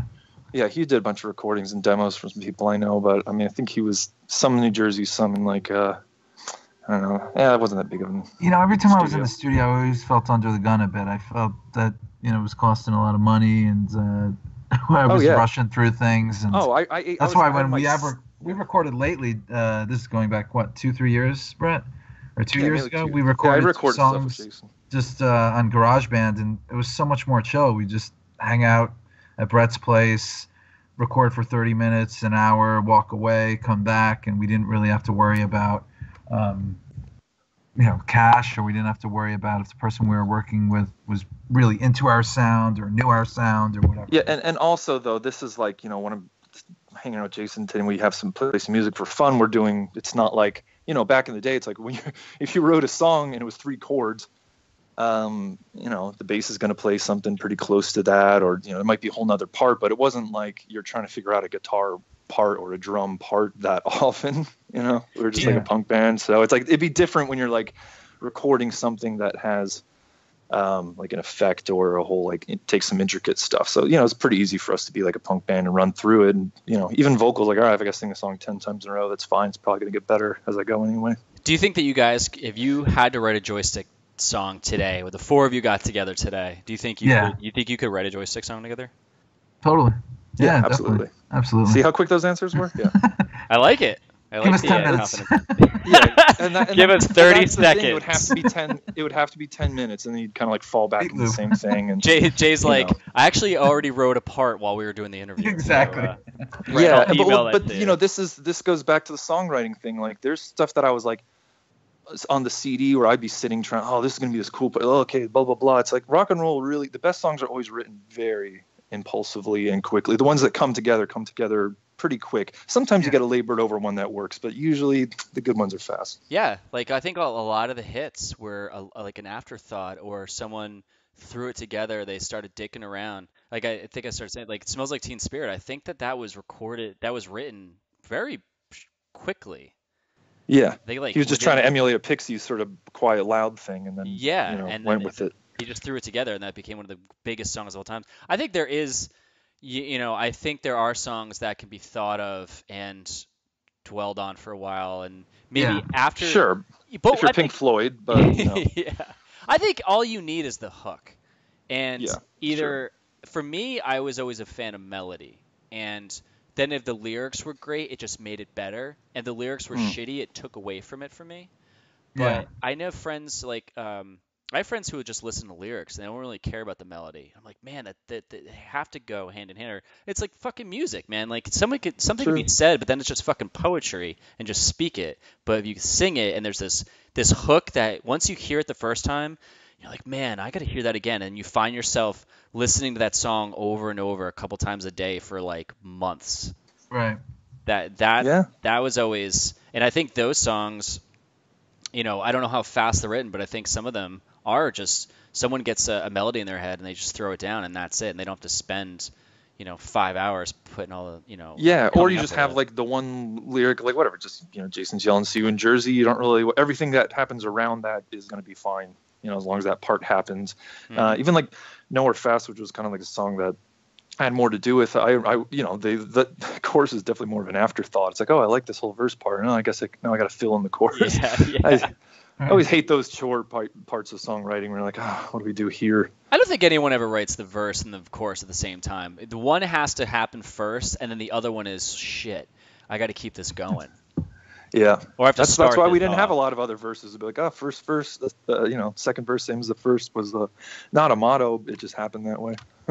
Yeah. Sometimes you just couldn't put words together that well. But if you did, and it could flow like the first verse, and the lyrics you weren't mailing it in. I always thought that was like, damn, they did it twice in one song, and then you didn't matter. You don't need it like a third verse. It just repeat or do a bridge or whatever. Right. So I mean, not to throw things back at you, but how is getting everybody together? You're down south and getting everybody together to play this show for you guys. It's interesting. Let's say the least. I've never. People still in Jersey? Well, Chris, let's see. Yeah, I think everyone in Humble is still up there. Heiner, I saw Josh a couple times in Brooklyn. I've seen Josh. I've seen Gabe. I just run into random people once in a while. Gabe maybe 5-6 years ago. I think it was on 4th Avenue, right by Union Square. Isn't he in California? I said he was living out there. Oh yeah, maybe this was maybe. Oh, okay. Yeah, I think it was about 5-6 years back. Yeah, I saw Tyler once on the subway. Like that, yeah. He's like, dude, Brett, like totally friendly. Gabe was just more like the kind of like friendly but a little darting eyes, like always kind of eye on something in the horizon. Friendly. Always thinking ahead. Nice, nice to run into people, especially when their personalities are kind of like, oh yeah, there you go. Yeah, man. I mean, the show, it's cool because we have the Bergenfield girls used to put shows on at Teaneck back in the day. They're organizing it, but I never. Back then, Sean did all of the managing of us, and I have never. I would show up and just be like, great, let's play, let's do this thing, and let's do our thing. Right. And this thing, I'm pretty much like heading up almost. I don't, I'm not saying this to be a dick, but it's like I'm kind of heading up a lot of it, and it's fun, but there's this stressful element to it that of course. I never, it's like Jason used to organize a lot of things, and for the band in general, and it's like no one wants to be money guy at the diner, no one wants to have to deal with all these phone calls. Yeah, man. I mean, that's something new, but especially when you're dealing with your own band, that's one thing, and having them because you got to get 3 other people to show the fuck up. Right. And you got to get. How did the ska bands do it? We could barely get 4 of us, and 9 people. Jesus. I don't know how the hell I was. I don't know how those ska bands fucking paid every member, which we never. They didn't. Got paid. Yeah, exactly. That's it. That's the answer. They were all broke. I don't know. Dude, we never remember getting paid. It went into like a band fund for the next recording, maybe gas. Yeah, that was always just like per diem on the road.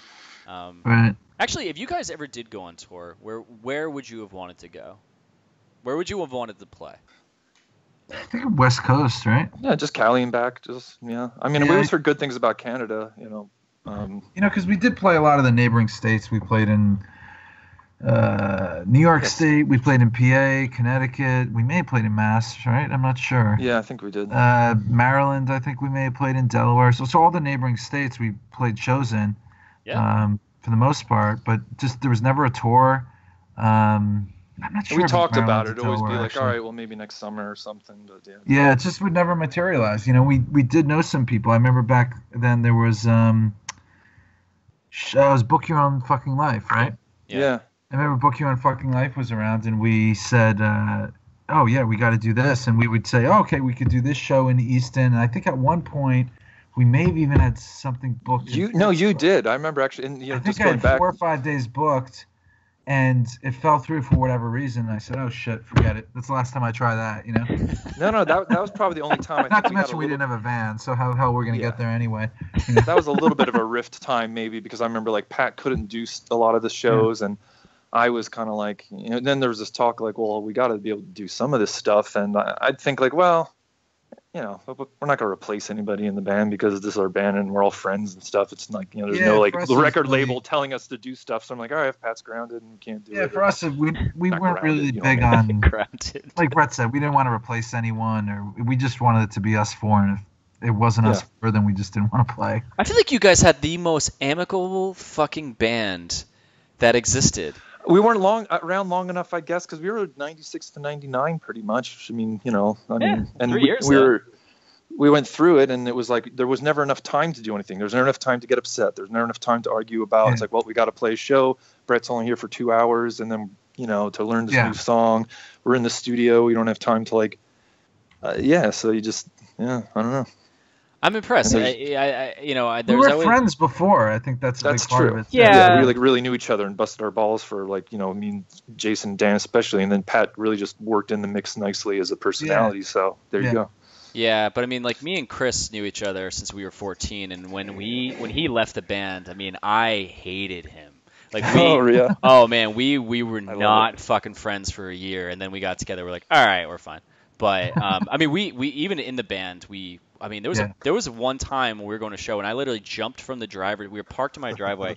I jumped from the driver's seat to the back and started like punching him, and then he like quickly he like literally got me down. I think he like overpowered me. I was like, God damn it, I can't even kick his ass. He's like, are you fucking done yet? I'm like, yeah, I'm done. When you guys broke up, did you guys have any written songs that you never got to play? Oh yeah. Well, we played them, but we never recorded. You know what? You're right. We did. We had Hollywood and Breathe, and those were like Hollywood and Breathe probably are I think some of our best songs. Brett and I still talk about recording those, actually. Yeah, they were really comes up cool. Almost every year. We say we got to record those. I don't know if I remember all of it, but we know. It sounds like you've got the capabilities, and people are looking for it. They were a little more like they didn't sound like some of the other Joystick stuff. Definitely, they had a lot more of like that sort of. Yeah, everybody's listening to like Indian emo or something. Probably sound more like a Penfolds song than a Joystick song. But those were, we were into Lifetime and Hot Water Music more than like the queers at that point, so Yeah. a little different. But hey, it didn't happen. It would be nice to record those though, if we can remember them. Yeah. It's amazing that it's amazing how fast things will come back. Like, Yeah. Yeah. All right, a couple more questions. But Dan's in Hawaii and Pat's in Oh, Chicago, yeah. so it's like we always have these talks of, maybe we'll try to, and then Should be like he a still postal has the DAT service. tape, and He could probably record it his bass part on guitar or whatever, and just fucking send it yeah, to the track. GarageBand, send a file, yeah. Do it, Dan. Pulling you out. Oh man, if he hears this, he'll already have like it recorded and done. He probably has man, he's doing it. he has his next song right, and he's like, yeah, I got the riff to the new song. Yeah, bigger. You guys will show. All right, a couple more questions, and then Cool. I will let you guys be on your way. What do you guys go to shows now? Don't go to punk shows per se, but I still go to live music. I think it's more just, it's not because I don't want to go, it's just because I don't know if there's really a scene in New York. I still go down to Generation Records every now and then, and there occasionally is a flyer, but it's a show somewhere far away in Queens or in Staten Island or somewhere on Long Island, and I say, oh, it's over an hour to get there, so I'm saying screw it. But I mean, I still do go to shows, but just not as often as I would like to. I think I just don't hear about it that much. Yeah. And I have friends that still play music in New York. Some of them are from Jersey, so when they put something out on Facebook and they say we're playing here or wherever, I say, sure, I'll show up. Cool. I'd still like going out to see music. Yeah, I mean, I definitely had a little more involved with a lot of local bands and things, which sometimes they were punk, but when you're in Brooklyn, it's a lot more like punk as in like 70s stuff. It's a little more artsy and strange and all that. And New York always had more of the kind of like 77, oi and crunchy stuff. And I hadn't been to some of those shows in a long time. Once in a while, there's like a bit of that element to that that's at places like St. Vitus or the old Akron, where you see these like, I don't know, but there's always something weird about like, all right, when I see people like crushing beers and they're like, pushing 40 with tats like screaming, it's always like, oh, I don't know, it was such a not like positive mental attitude like stuff, but as I just associate it more with like what helped me through 18 to 24, and then I still it's not like I really stopped listening to punk or it doesn't mean as much to me. It's just like that became a different thing. Like I see like my girlfriend is more involved with like some Long Island punk bands and stuff, and I'll go see like the Craze or some of these bands, and it's cool and I love it, but it's still a lot of like,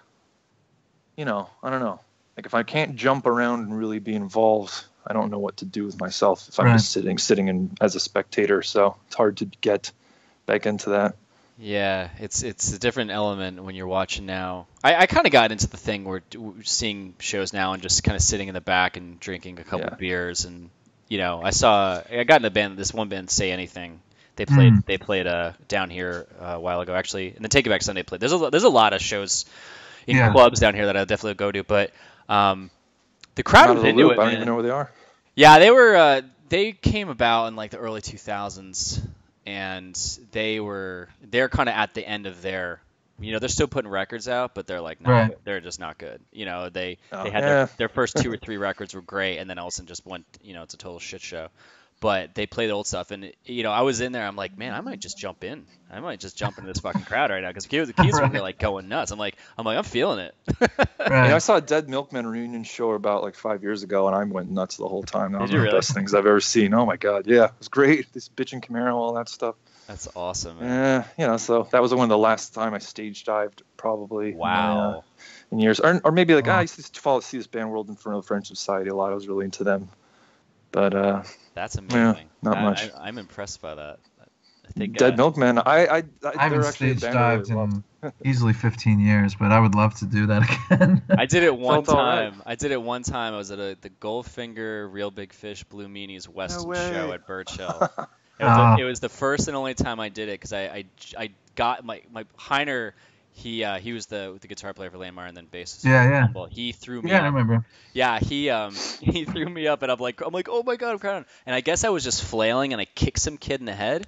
No! And the kid went to go punch me, and Rob's like a fucking scrappy motherfucker. He turned and like apparently punched this kid in the face. Was like, no. And then and that's his story. It could be total bullshit, but whenever Rob would tell me something, I would pretty much believe him. And I got down. I'm like, yeah, I'm not doing that anymore. That was it.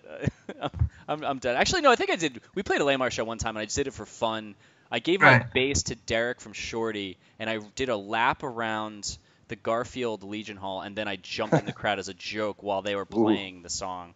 And that was pretty much, I think. Look, this is also another point. We were always playing in VFW halls. A lot of times there wasn't even a stage, Yeah, right? You couldn't yeah. stage dive. I mean, Yeah, when we played at you just Milburn, pick there someone was a up. stage. Yeah. Yeah, otherwise you would have to get picked up, right? And that was always awkward as hell. Yeah. Especially if some like really big kid was getting, you're like, we can't do it, man. Yeah, we're not paying yeah. enough. That was awful to say. Come on, there's pop punk and ska kids here. We're gonna crush them. They got backpacks and they're chubby and small. What are you gonna do? So do you guys hold on to any, or what scene ethics do you guys say you still hold on to this day? What do you mean by that, scene ethics? Like, what did you learn back then that you've carried into your life? I had Yeah. Steve from LWL. He said that he used to call people, and talk to them. So he still holds it. He used to call. He will that's still cool. call people at the Blue, or Yeah. my thing, or not my. I don't want to talk about myself, but like I am. Certain people will say, I took a career that went in this direction because I didn't ever want to wear a shirt and tie, or I still dye my fucking hair. I don't know, like whatever you did then, you still kind of hold on as like Okay, a nugget. I would definitely say, and I'm not speaking for everybody, but I'm sure you agree with this a bit. It's kind of some of that DIY stuff just makes you a little more responsible for yourself in some way. Like, I mean, look, even playing with these other guys, I started some band that was very like post-punk, whatever. And all the guys, not all the guys, but like some of them were used to like playing in traditional, I don't know. They were like, oh, how do we get a show and this? And I'd be like, oh, I'll just call up this person. Oh, I'll just walk over there and talk to him. That's the guy. Like, oh, I'll, everything was just like, well, why don't we just do this? Why don't we just like book the show first and then write more songs? And they'd be like, what? Like, no, we got to like have this, prepared, well-oiled machine. It's just a different sensibility. And I think that you're not just waiting for something to come to you. Yeah. And then, the other side of it is the, just that sense, like, I don't know, sometimes it's hard for me to get along with people who didn't go through at least, not going to say rebellious phase, but that they went through a point of questioning authority and then made peace with, their place, or I don't know, Right. maybe it's getting too out there, but Yeah, sometimes for me- there's people who never went through any of that type of phase. It's a little off-putting.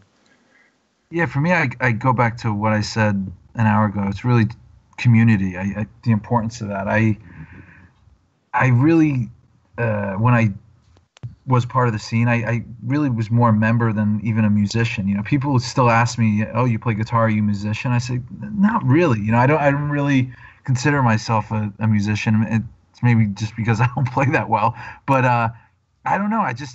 The importance of community was so important for us in high school. I think just to have somewhere to go and people to hang out with, and it was at the end of the day, it was positive energy. Like our parents probably thought we were going out to do whatever bad stuff, but it was important just to have friends and have people there, and people that didn't judge you. And I think nowadays I think likewise. Like it's very important to have that community and local community and grassroots and all that stuff. So even It makes now it makes you value that in the even on my place, block, in your experiences and people you meet.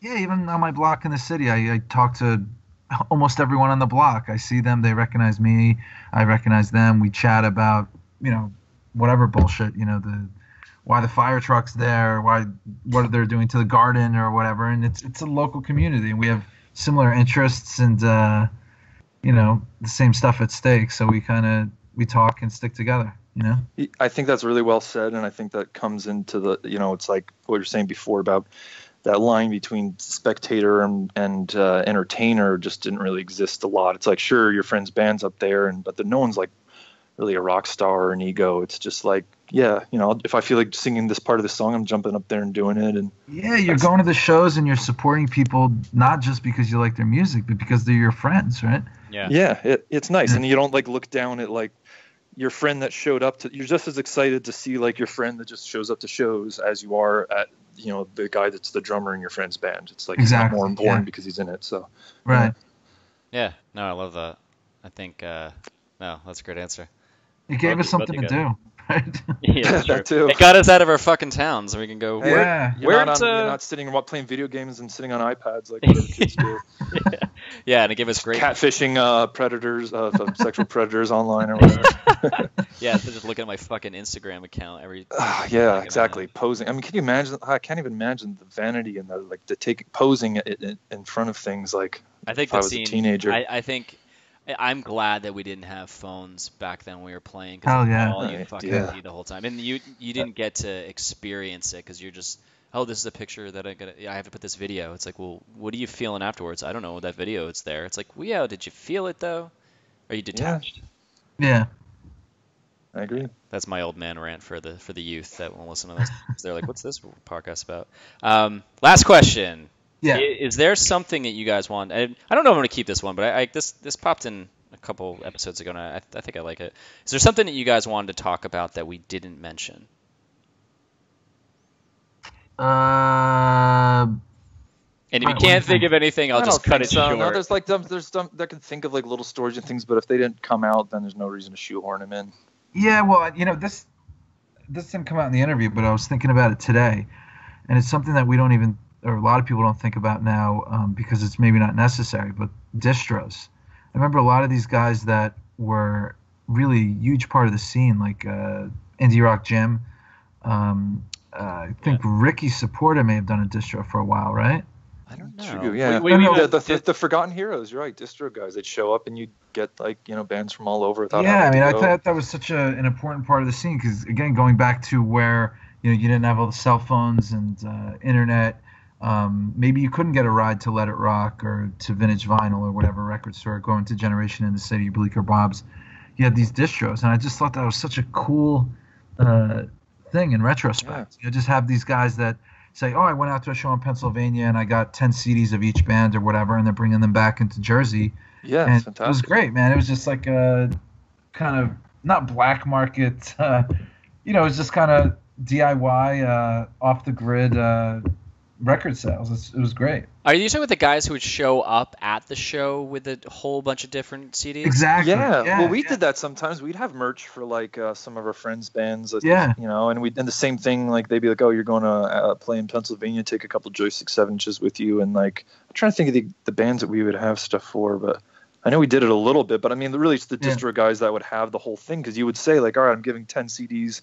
To this distro guy that's going to go back to... And that's where I get a lot of my records. I remember we'd walk into, say, a show in Manville, and I'd say, oh, there's the Plow United album that last time I was at Let It Rock, the guy only had 3 copies, or I haven't been up there in a few weeks, So that's something that nowadays isn't even necessary, because when people are at a concert, they could just download it, and that's it, right? Yeah, actually, that's how I got Hello Bastards. I remember... There you go. At a distro, nice. Yeah, I was at a show in...